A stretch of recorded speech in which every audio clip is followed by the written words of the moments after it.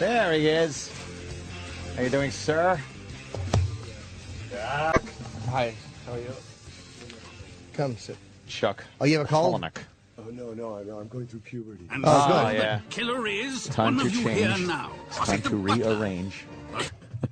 How you It's doing? like a menopause cold. Is it? Yeah. Shit. Nothing I don't want to get worse. sick. No. You'll be fine.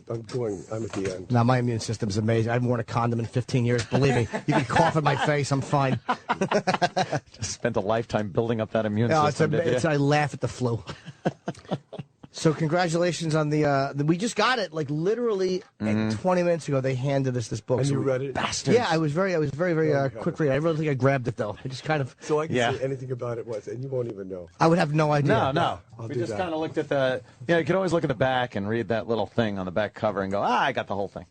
Got it down. That's about what people I do. got it knocked. What's this one about? This one is about a 13-year-old girl who is Oh, dead. right. Stop right there. A dead girl. Oh, okay. Even A better. dead, belligerent. It gets hotter. It's the Lovely Bones played for laughs. Oh, okay. That's... So it's a 13-year-old girl, dead. Dead. And she thinks she's dead from a drug overdose, but really she's dead. She can't come to terms with the fact that she was hideously killed. Wow, that's Second act reveal. kind of heavy. Now Madison Spencer bites it in a hotel suite in the Beverly Wilshire. Oh, wow. Holy shit. Okay, that sounds pretty... Yeah, it's all really funny. Pretty It's bad. okay. yeah. All right. And where did this little tidbit come from? Oh, you don't want to know. Don't take us there. Don't take us to the darkness yet. Yeah? No. I mean, out of your head. Yeah? No, not There's yet. no place where Not yet. could have Is that the worst question someone can ask? Because metastasized in your head? No, because it's all of my books come from hideous, horrible. Usually Do somebody they really? dies. Yeah, always. Is it personal experience or just your thoughts? No, it's personal experience, always. Yeah. Did you know a 13-year-old girl that died horribly? Oh, you're really going to take us right there. I right want to go right down, to the diving emotional into the deep kernel end of my soul. Indeed, I have to know where this comes from. Okay, okay, It sounds like you asked for because it. I'm like In 2008, when the Choke movie was coming out, which is about a son trying to save his dying mother, and it's a comedy about a son trying to save his dying mother. comedy. And I had to go on the road and promote this movie about a son trying to save his dying mother. My mother got lung cancer, and she spent that whole year dying very slowly. And I had to go from movie premiere about a comedy about the situation to real-life tragedy, the chemo lounge and the bedside death room and the hospice. And so, taking care of my dying mother, thank you very much for bringing this up, scraping the scab off Look, my soul. I didn't know that was going to go that deep and dark.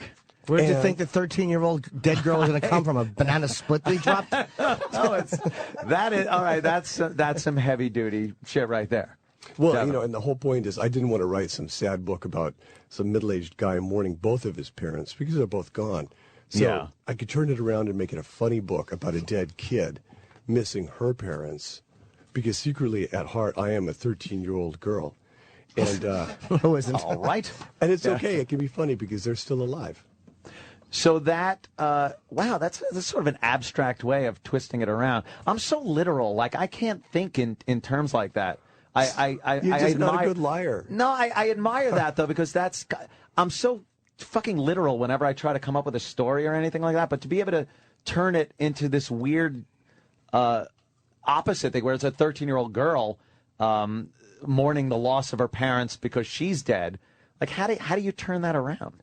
That's such an odd thing to be able to do. I always do that. I've got this story I read on tour right now called Romance. And people just love this story. There's already a movie in the making. And it really is about creating in a story that feeling of when you're working on an idea all winter long and you just love this idea and it's you and this idea and you finally have to bring this idea to the world. And then the world either doesn't like it or does like it. And that horrible disconnect when nobody likes the idea that you spent a year working on. Yeah, that's got to suck. Because we'll pump a shitty show out 5 days a week. Yeah, exactly. And, 20 mediocre hours in a row. And the next day it's done. If somebody goes, wow, they sucked yesterday, you get a new chance the next day. How do you take that when people kind of shit on your work? You always get another one right there. You know, my father always said the only sex advice, don't dump the one you're with until you're dating the next one. Oh, really? So you're always really down the road by the time it happens. Doesn't that hurt people, though? Tell you the truth. Yeah. You always end a relationship by starting a new one. Yeah. Everything hurts people. Do you have a very cynical look at the view of the world like that? Not at all. No? Listen to me. Joni Mitchell over here. Okay, I detect a bit of sarcasm along with cynicism. But where did that come from? Growing up, like what's your background as far as a child goes? Okay, this is the delving back. We're delving. I want to because I enjoy your work. I just want to know where the fuck this comes from. These so many superficial layers of defense mechanisms. Yes. And I see them all in you. You kind of get taken aback a little bit. You don't want to delve right in and tell people your darkness. Well, you know, it seems like it's a very New York thing. It's a very Philadelphia thing where nobody's really vulnerable up front. You have to insult each other for a while. You have to be kind of abrasive for a while. And by the time you do kind of engage, you feel like you've won something. There's something there worth knowing. Yeah. And so I'm that way. It's like, you've really got to. So I got to work a little bit. Yeah, so you're saying I can't just ask. Nobody likes a candy bag that's just open. You like to fucking just tear at it a little bit and bite it and rip it, and then the candy is more delicious. I didn't need to finish explaining that, by the way. I could have just said candy bag open. Everybody got it. Oh, now E-Rock's drooling. You really screwed the whole show up. When did you start puting things down on paper? Like, I wasn't going to say pen to paper. Actually, I was. And I thought that is so hacky and terrible. When did you start putting pen to paper? No, when did you start writing and realizing like that you had these cynical ideas that you don't want to talk about? No. No, not going to answer that one. I have no idea. Really? You have no idea when you started writing? Oh, no. Just all of a sudden you had a book. I'm going to go back and talk about 5th grade. And, okay. I don't mind. That's kind of cool. Do you know? That's like where we all are anyway. Come be honest. How much have you changed since, I don't mean physically or anything. I just mean, you know since like the 5th grade or being a child, we all really don't change all that. You actually like the same girls now. Yes, I do. He's a pedophile. Right. he's a pedophile. Continue the interview. Okay, FBI. Oh, Christ. What websites have you been to? No, but we are pretty much in essence the same people we always were. I mean, you know. Well, and that's a big reason for making this kid in this book 13. Now, originally I made her 12 because I wanted to make her that person that we are before puberty wipes us out. Because you know, at 11, 12, we are so together. And we really have a strategy, and we are so smart, and we are so confident, and we are just going to go out and we are going to kick the world's butt. We have it figured out, and we can do it. And then puberty hits, and we are just back to zero. When you write a story, do you get like, do you see the whole story in your head and go like, I kind of want it to go here, or do you literally just see the beginning in your head and then let it unfold, or will you see the middle and then kind of backtrack and start it somewhere, or does it work always? You know, it's usually based on. And most of the books is based on what does this person do to fool people into loving them, like in Choke, guy who fakes choking in restaurants so that people will, in effect, embrace him and hug him very tightly, and he can sort of burp like a baby, have that weeping, that public crying, and people will applaud. And in a way, it's an adoption. He's reborn every time that he's Heimlicked. And you could do that over and over until two people find out that they've both done it, and then the whole system falls apart. Oh, right, yeah. So you run this scam, doing a despicable thing for a noble reason until it breaks down, and that's at the end of the 2nd act. So I know everything up to that point. How many acts are in a story? Is it a 3-act story? Is that usually typical? 3 acts for me? Yeah. Okay, and will you look at something and go, "Fuck, that's great," but you know what? That doesn't work until later in the 2nd act. I can't write it right now. You know, it gives me something to write towards, so that's perfect. You know, I just know kind of all the stations of the cross it's got to go through. And once it reaches that 2nd act breakdown, where everything kind of crumbles to dust, that's when it gets fascinating, because at that point I have no idea where it's going. What do you, when people's stories fall, because I think it's very hard to write a story that builds and gains interest and becomes more involved. Do you see people's stories falling apart because they don't follow a 1 to 2 to 3rd act type of a linear thinking, and they do too much too fast, and there's nothing to follow it up? Or do you see people's stories just collapsing because of it? Well, usually it's the other way around. It's they do too little. Their characters fail to take action. Their characters are too much in thought. They consider their options. That's all so boring on the page. Or their characters are alone. And that's death also, because the reader is alone. And the reader wants to be reading about people together. So character has to take action without a lot of consideration. And also keeping description to a minimum. That's why everything in my books takes place in airplanes, bathrooms, buses, because we all know what those places look like. You don't have to slow things down and describe them. Well, that's a great... Never even thought of that. And that just becomes... Goddamn authors. I'm a Stephen King fan. I don't read much, but I the way he's actually a really good nonfiction writer, and I know a lot of authors don't like Stephen King, but watching the way he'll build a story and the character development, it's amazing to me. Like, I would never be that patient to develop this person this much where anybody gives a shit about him. I would just rush right into the scene where he runs in and yell, "Stick him up." Stick him up. Is that what you want to? But you know what I mean? Like, I admire the ability to be that patient and that to build something. Yeah. Yeah. Otherwise, it's just rushing and it's stupid, babbling. Well, you know, it's you would make a lousy stripper, because it really is like being a stripper, and the stripper doesn't go out there and say, "Okay, guys, here's the pussy. Any questions?" You know, it's, I kind of would like that. Yeah, I would too. Like that direct approach, but no, you would not. I have questions. You have questions, and that's not why I'd make a lousy stripper. It's because I have no chin and a fat stomach and a mediocre penis. At least your tits are nice. Well, what are you gonna do? Okay, lady. All right. Here's a penis. Any Jesus questions? Christ. This is it's kind of odd because you deal with personal questions the same way you deal with your writing. You don't want to delve right into giving the answers. You kind of, I would love to know where the deep, dark places are from your youth. And you're like, well, get to that maybe. You got to peel away some layers and stuff. So do you always deal with your personal life like you do your writing?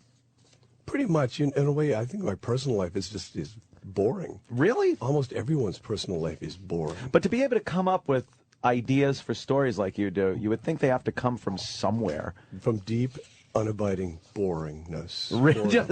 Just boringness. Boredom. A lot of people are bored and they really can't write very well. So yeah, but we want excitement, and if you can't find it in the medium you're looking for, it's a great way to take a shot at it. And do you literally get excited when you're writing something, and does an idea come to mind sometimes that surprises you as the author and go like, wow, that's fucking great? Oh, and it will keep me awake for days and days. Where somebody will say something to me just in passing.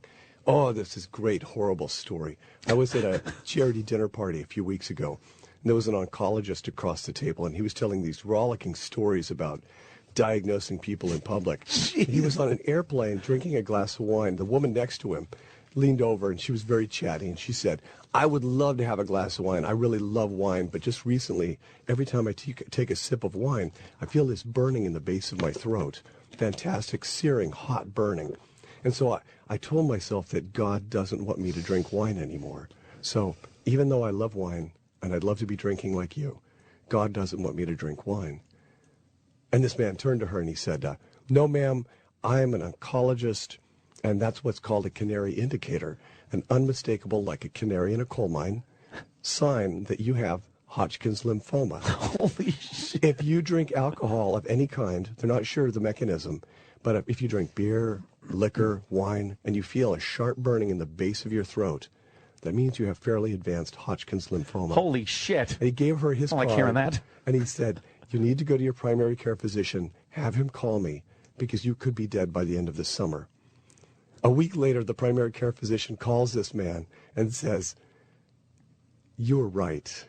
She'll probably be dead in 6 weeks. But you could have been a little less of a prick about it." Whoa, Did he really say man. that? Wow. That's brutal. And so when people tell you stories like that, what do you do with them? The only way you can deal with them is to retell them, to process them, to digest them by repeating them. And this man at the dinner table was doing exactly that. He was telling this as a rollicking story, and he had people at the table roaring with laughter. Sorry about that. I guess it's... In a way, I just ruined drinking for you. Nah, believe me, I'll know every second I'm if happy. I have it. I'm happy an annoying person on the plane had a fucking bad ending. What's worse than a chatty fucking person next to you? I'm constantly testing myself then to make sure I don't have it. But when it doesn't burn, then you really can feel happy. Then I can enjoy my beer. Another day. Yeah. Wow, that's interesting. You drink?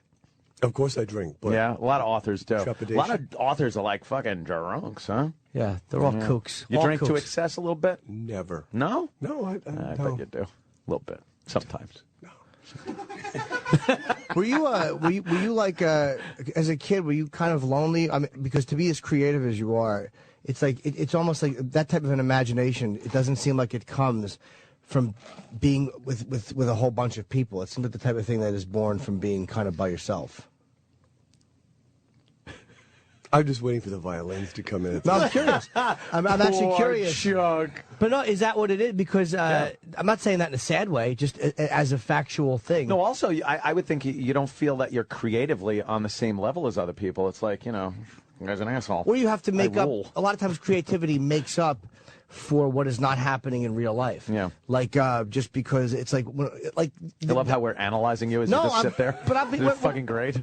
But we're all creative people in our own way, and it's like what makes me do what I do. It was a need. I'm a comic because I fucking couldn't talk to girls because I hated my, so whatever. It's interesting to me why people are what they are. Did you have a good social life growing up, or? I started writing in my 30s, and I had to set aside a big social life in order to start writing.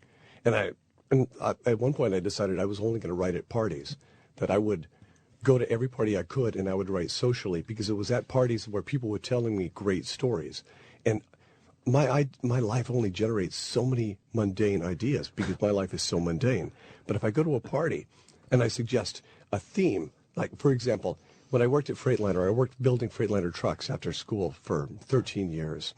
And your first day at Freightliner, they send you to find the squeegee sharpener. And I had to go to smart asses, yeah. every station in the factory, and every foreman tore me a new asshole. We're all laughing. And there is no such thing. Mm-hmm. I would tell that story at a party, and 100 people would come forward and say, I used to work at TGI Fridays, and your first 8 hours, they send you to look for the banana peeler.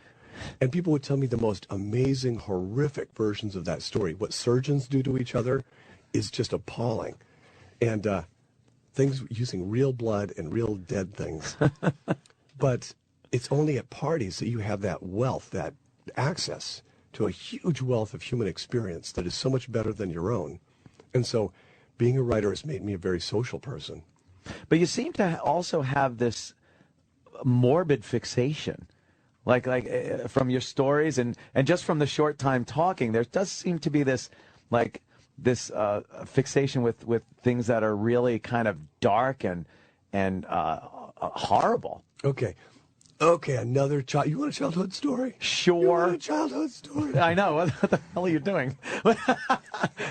The Vienna Boys Choir. To be confirmed in my Catholic church when I was growing up, you had to do like 1,600 hours as a candy striper at Our Lady of Lourdes Catholic Hospital. And so I would go in every Saturday, and I would be given these quasi-orderly jobs, like cleaning delivery rooms for 8 hours. Oof. 13 years old, and I'm cleaning delivery rooms, and I'm inventorying Percodans, and I'm cleaning catheters, and I fucking love it. Why? I would come home in the evening and my mother would say, "So what'd you do at the hospital?" And I'd say, "I bagged steaming hot placentas for 8 hours." And there was just something so... How would you, why would you like that? That doesn't seem to be, especially as a kid. As a kid, it has that whole gooey Halloween, mortality, zombie, gruesome vibe to it. And But it's miraculous. As a kid, just like realizing mortality was frightening, at least to me. And I think a lot of people that I know, it was the same thing. Did you ever hit that point where, as a kid, you realized your own mortality by being in that environment? Actually, I did, but then the step beyond that is you recognize that there's a difference between alive and dead. And in a way, it seemed to confirm the nature or confirm existence of a human soul, because the dead things I dealt with were so different than living things. And so in a way, I saw it as fantastically life-affirming. See, I don't think of it that way. I think of it as petrifyingly frightening when I was a kid. And it was all the Percodans Kind of got over it, but all the Percodans. were you doing like free Percodans back when you were 13? In the 1970s, nobody inventoried shit. Damn, that's nice. Yeah, at that age, wow, you must have been a hit with your friends. I had no friends. Why do you think I was spending every Saturday with fucking placenta? Yeah. Crazy. sodium catheters? Of course you did. That's not the guy that gets invited to the party. What are you doing? Oh, cleaning out fucking catheters. Oh, invite him. He's fun. Were you looked at as kind of the gruesome kid? Did people kind of steer away from you? Girls or guys looking and going, hey, that's that weirdo fucking Chuck? No, I was just the good listener kid. Opened my high school yearbook, and it's all from the fat girls. You're to Chuck. You're a wonderful listener. You're a great best friend. Oh, great. Don't ever change. Thanks for the ride to the airport. Yeah. I hope someday you find someone. That's not me. Do you start those things at the party? You'll actually start those discussions just because you're kind of just to see where it goes. Because a good story doesn't shut the room down. A good story makes everybody lean forward with their own version of that story. Oh yeah, that happened to me. Oh my God, something similar happened to me, and you start to see that this is just a sort of a universal human experience. And at that point, you can choose the very best examples of that experience, and you can turn them into a 3-act story. I'm a terrible storyteller. Like, Really? I literally, no matter what the story is, I watch people's eyes just going away halfway. I don't care. Wait, come on. You're a best-selling author yourself, Jimmy Norton. But it's different than actually being able to sit there and verbally tell a story. I could have been on the fucking knoll and telling people about the puff of smoke, and I would watch their eyes go away. Nobody gives a shit. I'm just terrible. Yeah? Yeah, it's a real art to be able to verbally. Louis C.K. is an amazing storyteller. Like, he can talk to you about anything and rope you in. I think it's easier when it's your own life experiences, nonfiction, things like that. To come up with fictional characters, I find that impossible. Like, to be able to just pull someone out of thin air and give them a soul, to me, that's amazing. Is it always based on someone you've known, or at least a piece of it, your characters, or do you just pull them out of thin air? Always based on somebody. Yeah? Yeah. There's always somebody. Yeah, you know, back to the darkness. In my mother's last months, as she was on so many palliative painkillers, she would get very giddy and very kind of small, childish, and she would tell stories about her childhood that I had never heard.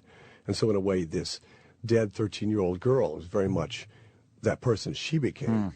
And the books that the little girl was obsessed with were the books my mother had set out to read in her last year, all of her favorite books. And so those became Madison's favorite books in this book. Right. So in a way, it is a way to process experience, but also to archive and memorialize experience, to kind of preserve it and organize it. Yeah. Did it make it harder? Like, did it make it sadder for you to write, or did it help with grieving to actually look at like those books and see them printed because there's such a direct association?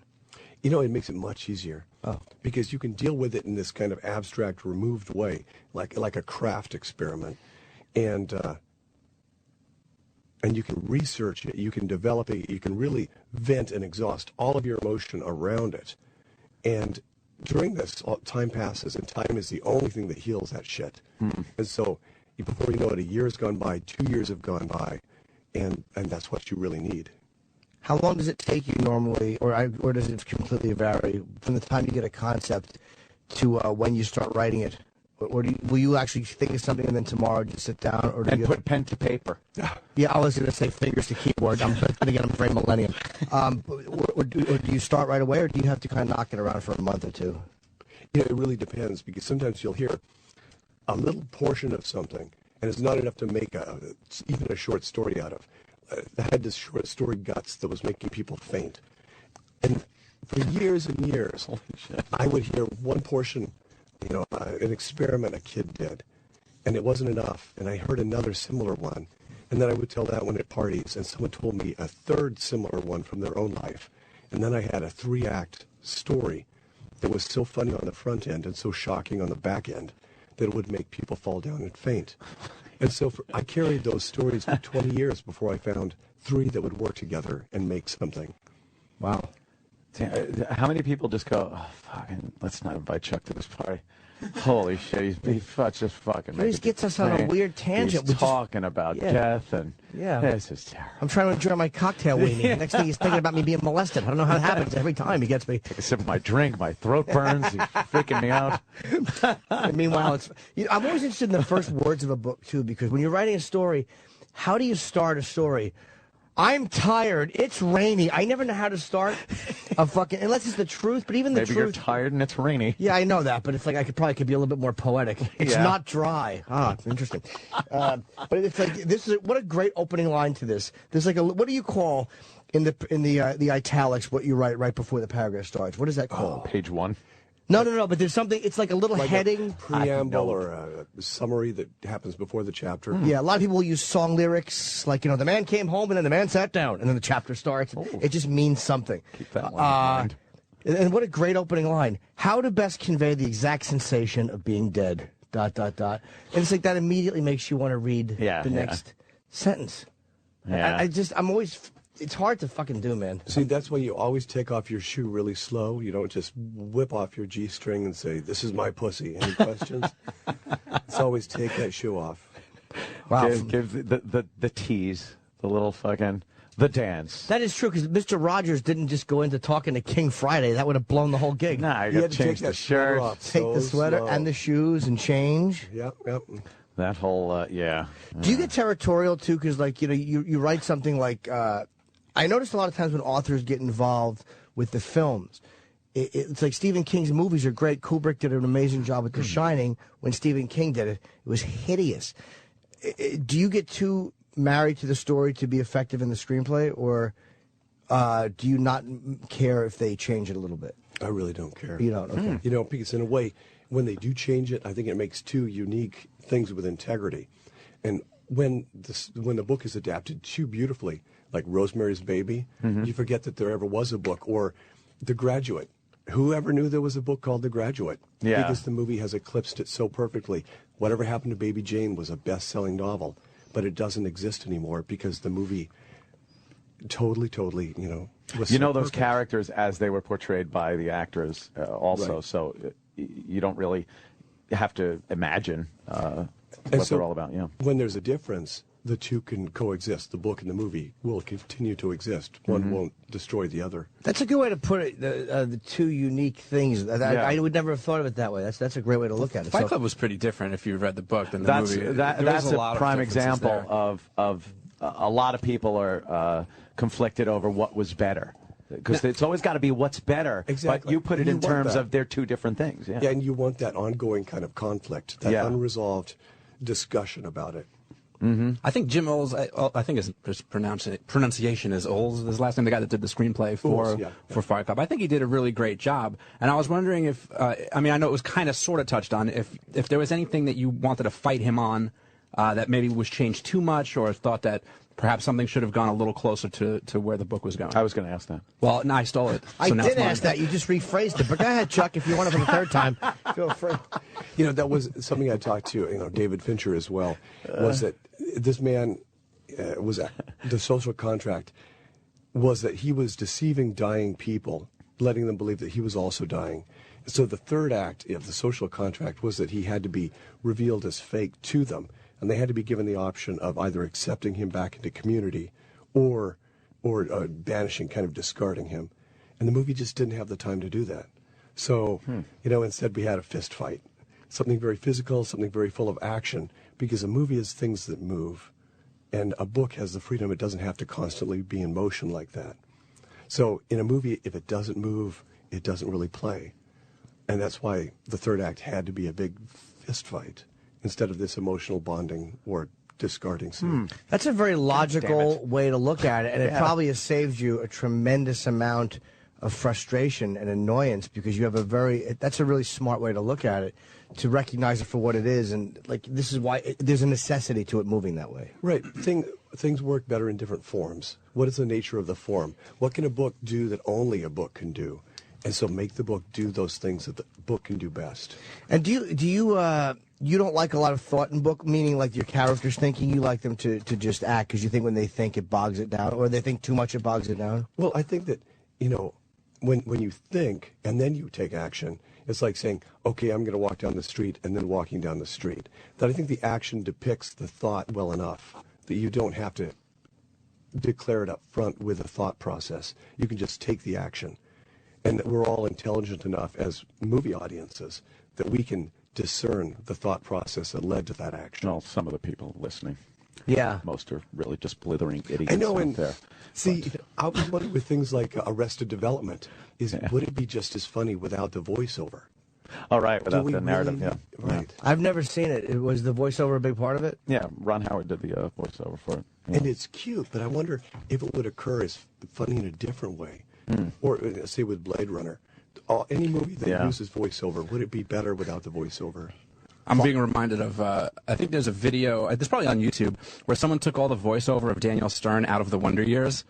And it's just really awkward because it'll just be like Fred Savage just kind of staring and looking at things blankly because there's supposed to be this voiceover. That's odd, yeah. And it just looks really silly and strange. It was actually quite funny. Certain movies couldn't be done, like Apocalypse Now, or especially Clockwork Orange.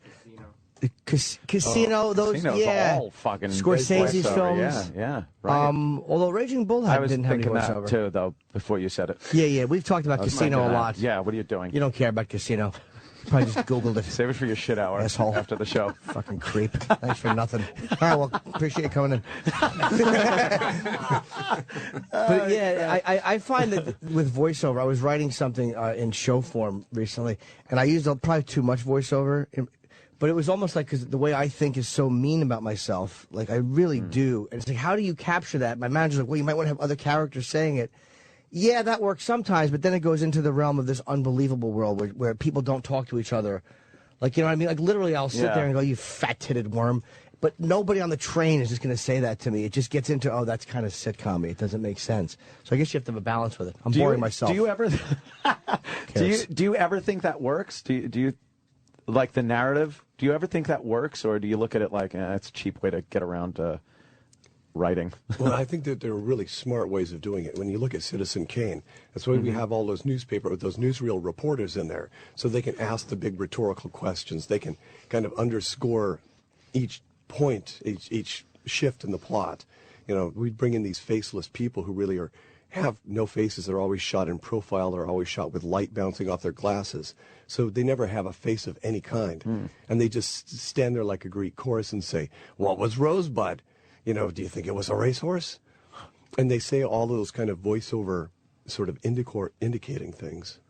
So in a clever way, yeah, it kind of works, but not just as a shortcut to get to, hey, this is where I want to go. And so when it can be put in as integral part of the storytelling form, it works really well. And the book was so different, too, because it opens up, it blows the whole thing. Citizen Kane, it opens up with, so my sled Rosebud got thrown in the fire, and then you just lose interest. Thanks. Spoiler. Jesus. I like Citizen. Seen it yet. Do you think that's the greatest film ever done? I felt it's not. I feel it's great, and it was amazing how he shot with shadows, and I feel that it should get the credit as the greatest. You know, I think it's a good teaching film, that there are films that do things really beautifully. That movie, Rosemary's Baby, and that you can refer back to them, and that are common enough that everyone in your audience will know that and will be able to identify that aspect of storytelling you're talking about. Like, what did you think about? Because Rosemary's Baby, I thought was great. What did you think was so great about?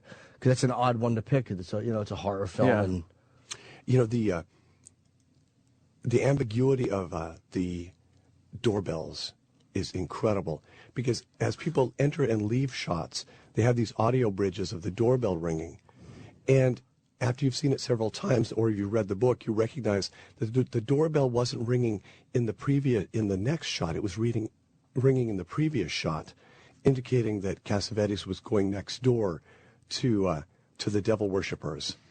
And so the doorbell is a real fantastic audio bridge that's ambiguous. I wish I was smart enough to pick up on that shit. Dude, I'm just like, what is that? I would just say, "Who's it? Open it." That is a really smart way to look at it. Now, did you hear that analyzed by somebody, or did you think of that and go, "Wow, that's Call probably stupid." No, I'm asking how. It Doesn't matter how you learn something. However you learn. Called the man stupid. No, I didn't. Jimmy. I asked him how he got a Jesus. certain amount. Colin Quinn one time smashed somebody, or he did on stage. It was a brilliant point about how people, like, if they hear something in a movie and they learn it, they like to say that they read it because people think it makes you smarter if you learn something from reading it. But once you know it, who knows? Who cares how you know what 2 + 2 is, as long as you know it. But then again, he figured something out, and I'm saying, no, just parrot information. So I guess, fuck me, I'm completely wrong. I'm a blithering idiot. Are you doing any book signings for this? Tonight at the Cooper Union, something o'clock. Something o'clock. Oh, it's right got to be in there, New yeah. York. It's the book is called Damned, and it's in bookstores and it's Amazon, obviously. Oh, there's a reading tonight, 6 o'clock at the Strand on 820. It's Broadway and 12th in New York City, and on Twitter it's at Chuck Palahniuk, and it's spelled one word, CHUCK PALAHNIUK. Do you like doing signings and things like that? Have you ever had a signing that people didn't show up for, but it was way back when you first started? Way back. It's embarrassing, right? Yeah, but you still get kind of wined and dined. So, and then you're a beginning writer, and you just love being on somebody else's meal ticket. Yeah. Yeah. You gotta make excuses, though. They're like, yeah, there's another event in town. It's just... It must be that. We yeah. had a few years ago when we were coming back on the satellite where you see the same person come around the line just to ask you a second question because they can. You're like, ugh, am I a fucking flop? But there was twice as many of you. I'm sorry. What was that, Jimmy? 76 people have fainted at Chuck's readings. Really? That's where I quit counting. Swooning like Sinatra? Or it's just very hot. Yeah, it's going to be hot. It's that terrible gut story that's so funny and charms people at the beginning, but at the end, once they're hooked, it gets so gruesome. Yeah. And it's well over 200 now. I just quit counting at 71 or 73. Do they really faint for real? Yeah, it's documented. It's been videotaped. You're like a weapon. You're like some kind of a human weapon thing. I know, it makes me so popular. We were talking earlier about... I'm like a dirty bomb. You are. You just walk in, fucking people faint. It's great. We were talking about books and with the advent of iPads and digital delivery and whatnot. How do you feel about that as an author, as opposed to paper books and then on a Kindle or something like that? Does it bother you or have any real opinion on it? The blessing of the Kindle, of the Nook, the Sony Reader. I don't have to sign the goddamn thing. Okay. That is always the upside part of it. I bet you've had people that would like, could you sign my Kindle? Sign the back, so far, right? I've held off. Have you? Yeah. Get away from me. It's like, with your dumb Kindle. I don't Get me know a whose book. books are on there. Yeah, exactly. Do you think it's going to hurt? Because the advantage is anybody can get it. It can be an impulse buy. They can just go, digitally get it and, on the iPhone or whatever it is. But there's something about going into a bookstore. Like, they just took down the Barnes & Noble on 66th Street, which I used to love walking through there. And it just seemed... Smelling books like a creep. Oh, I do. He loves to smell a book. Who doesn't? What's better than a fucking... It's great. You crack a new book open and I did that to pages. Chuck's book the minute I got it. I just shoved my dumb face into it. By the way, very interesting. This is what I'll miss. Like, the material of the cover of this book feels really different than any other book cover I've ever felt. I don't know what the material is, but you want to just keep holding It's just a this. visceral thing with holding a book, too, that I don't think you get when you're just holding a flat Well, panel. I punctuate a lot with it. Like, if I'm talking to a girl, I'm like, look, we can go out. I'll buy you a drink. And it never gets irritating. They love that. I But bet. I don't. Was that anything to do with you, or is that purely the publisher being creative? Because it's a great book to fucking hold. Yeah, it's a publisher, and I think it's supposed to feel like skin. It has that kind of waxy skin feel to it. And that it is goes with a creepy. tattoo on the cover kind of thing. Necromonicon. Necronomicon. Necronomicon. Yeah, that's all by the way. right. So you don't. You Like, don't. whatever. You're not going to miss signing a whole bunch of books. No, that is my slowest, worst part. I always get people's names wrong. I always mess it up. Oh. It's just a misery. Do you feel obligated to write something, or do you just write, "Hi, Bill, Chuck"? Good luck with the bed wedding. I hope that herpes clears up. Always something. Yeah, you just got to put a little personal something with them. Something they'll have to explain to their kids someday. Why you wrote that? Exactly. That's Why'd why you write I- that, Daddy? I liked when we would sign our dopey pictures at appearances, because Opie, when we take the pictures, he's on the left and then I'm on the right, so he has to sign it first, or his hand will smear mine. So he's always the guy that's got to go, "What's your name?" Spell the name right, and then I just go, "Anthony." I'm not Opie. It's I'm very Jim. handy. Yes, Opie's not in today. Yeah. Opie's 'Cause I'm afraid I'll see Chuck trick-or-treating. somewhere. Not that he would remember me, but if I would go, hi, I remember you, to go, hi, Opie. He will not remember People you. don't remember me at all by Much name. too famous to remember the likes of you. Well, you never know. That's what I would think anyway.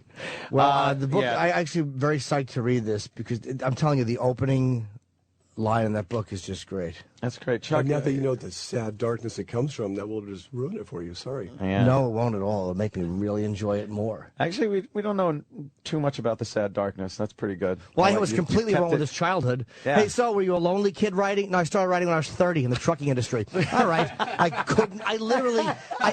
couldn't have been wronger if I said so. How long have you been a black female? I'm an asshole. Thank God I'm not a psychoanalyst. When I first put pen to paper. Yes, pen to paper, of course. Do you like other authors, or do you like being around other authors, or do you find, is there something about other authors? Like, I hate when other comedians attempt in real life to be too fucking jokey and shticky when we're hanging out. It's like, don't treat me like a fucking audience member, you idiot. Is there things other authors will do when you're around them that you're like, ugh. Start writing. I won't name names, but some other authors keep a little pad, and they'll bring it out, and they'll put it on the table, just waiting for somebody to say something very clever or very profound, and then they'll write it down. In front of them? Right, and that will kill conversation completely, because you know somebody's there kind of harvesting. Yeah, yeah. And then you probably also get people that want to get on the pad, so they're making shit up and being a little too overdramatic. And that's their fucking horribly needy way of getting attention. Yeah. Like, you know what I mean? Look at what I'm doing. Who is that asshole? We hate him. Who I'm is not it? going to say Is that no. dickbag? You know. It's someone everyone loves. Shithead. Someone Oh, really? everyone loves. Beloved. Anthony Cumia. So wait, No? someone everyone loves. It might be Stephen King. Oh, you know what? It could be the Rawlings. What's her name? The broad that wrote Harry Potter? Oh, yeah. J.K. Rowling's. But it's her.